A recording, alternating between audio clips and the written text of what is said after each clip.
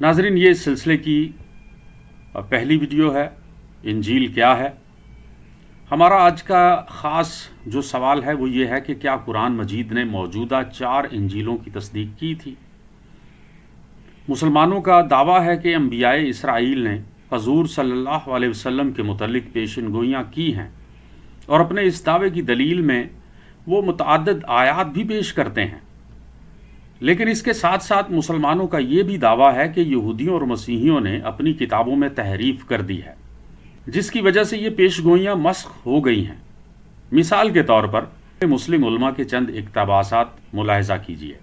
Number 1، Bible سے Bible کی تکذیب۔ اس کتابچے کے مصنف کا نام احسان الحق رانا ہے، اور اس کو ادارہ تحقیق مذاہب لاہور نے شائع کیا تھا۔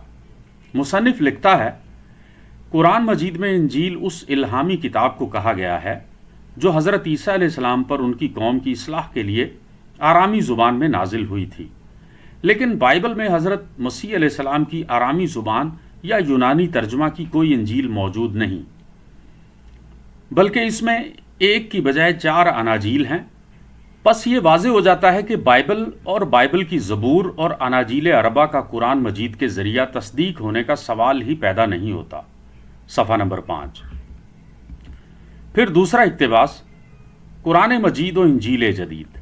اس کتابچے کا مصنف نامعلوم ہے، البتہ اسے اسلامی مشن لاہور نے شائع کیا تھا۔ مصنف لکھتا ہے، مسلمان تمام نبیوں اور آسمانی کتابوں پر ایمان رکھتے ہیں، لیکن ان کا عقیدہ یہ ہے کہ عہد نامہ قدیم اور عہد نامہ جدید دونوں کے نسخے تبدیل ہو چکے ہیں، اور ان کے ماننے والوں نے اپنی ذاتی اغراض کے لیے ان کے متن میں تحریف کر دی ہے۔ جدید بائبل اس شکل میں نہیں ہے جیسی کہ نبیوں پر نازل کی گئی تھی۔ صفحہ نمبر 2۔ نمبر 3، قرآن کی لازوال اصلیت۔ اس کتابچے کا مصنف منظور احسن عباسی ہے، اور اسے اسلامی مشن لاہور نے شائع کیا تھا۔ مصنف لکھتا ہے، قرآن کے سوا باقی تمام الہامی کتابیں اپنی اصلیت کھو چکی ہیں۔ صفحہ نمبر 3۔ پھر چوتھی کتاب، اسلام اور سابقہ کتب مقدسہ۔ اس کتابچے کا مصنف محمد اسلم رانا ہے، اور اسے اسلامی مشن لاہور نے شائع کیا تھا۔ مصنف لکھتا ہے، خداوند یسوع مسیح پر انجیل کے نزول کی کوئی بات یا کوئی خیال اگر یونانیت زدہ غیر یہودیوں میں پروان چڑھی ہوئی انجیل مقدس میں نہیں تو اس میں اچنبے کی کوئی بات نہیں، تاہم مسیح کی زبانی انجیل کا ذکر خیر تو موجود ہے۔ پادری، وہ انجیل کہاں ہے؟ ذرا لائیے تو مسیح کی یہ انجیل۔ صفحہ نمبر 22 تا 23۔ اس کے ساتھ ہی مصنف اناجیل میں سے مرکس 1:15 اور متی 26:13 کے حوالہ جات دیتا ہے۔ نمبر 5، تحقیق انجیل۔ اس کتابچے کا مصنف غلام نبی مسلم ہے، اور اسے اسلامی مشن لاہور نے شائع کیا۔ مصنف لکھتا ہے، اسلامی مشن کا مسیحی بھائیوں سے یہ مطالبہ ہے کہ وہ یہ بتائیں کہ ان کی آسمانی کتاب یعنی انجیل مقدس کس زبان اور کن الفاظ میں خود جناب مسیح نے دنیا کے سامنے پیش کی، خواہ اس کا نازل کرنے والا آسمانی باپ تھا یا اس کے بیٹے جناب مسیح نے مجسم کلام بن کر اسے یہودیہ اور گلیل کے اسرائیلیوں کے سامنے پیش کیا۔ صفحہ نمبر 7 تا 8۔ پھر چھٹے نمبر پہ، کیا اناجیل خدا کا کلام ہیں؟ اس کتاب کے مصنف کا نام ابو بلال ناصر غنی ہے، اور اسے اسلامک ایجوکیشن سینٹر گجرات نے شائع کیا تھا۔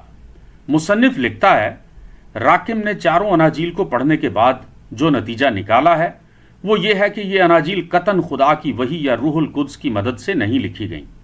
صفحہ نمبر 2۔ 7ویں نمبر پر، کلام رحمان بائبل یا قرآن۔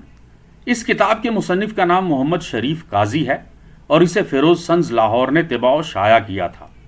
مصنف لکھتا ہے، انجیل جس کا ذکر قرآن مجید میں آتا ہے اور جس کے منزل من اللہ ہونے کی وہ تصدیق کرتا ہے، کیا وہ اب بھی اپنی اصل شکل میں موجود ہے؟ کیا موجودہ بائبل کا متن خود اس بات کی شہادت نہیں دے رہا کہ یہ ایک تحریف شدہ بائبل ہے؟ صفحہ نمبر 7 تا 8۔ اگرچہ یہ مصنف بھی موجودہ اناجیل کو من جانب اللہ نہیں مانتا اور ان میں تحریف کا بھی قائل ہے، تاہم وہ یہ اقرار ضرور کرتا ہے کہ حضرت مسیح علیہ السلام پر جو وحی نازل ہوئی وہ ان موجودہ اناجیل میں محفوظ ہے۔ مثال کے طور پر اس کے یہ الفاظ ملاحظہ کیجیے۔ مصنف لکھتا ہے، انجیل دراصل نام ہے ان الہامی خطبات اور اقوال کا جو مسیح علیہ السلام نے اپنی زندگی کے آخری 2.5-3 برس میں بحیثیت نبی ارشاد فرمائے۔ وہ کلمات طیبہ آپ کی زندگی میں لکھے اور مرتب کیے گئے تھے یا نہیں، اس کے متعلق اب ہمارے پاس کوئی ذریعہ معلومات نہیں ہے۔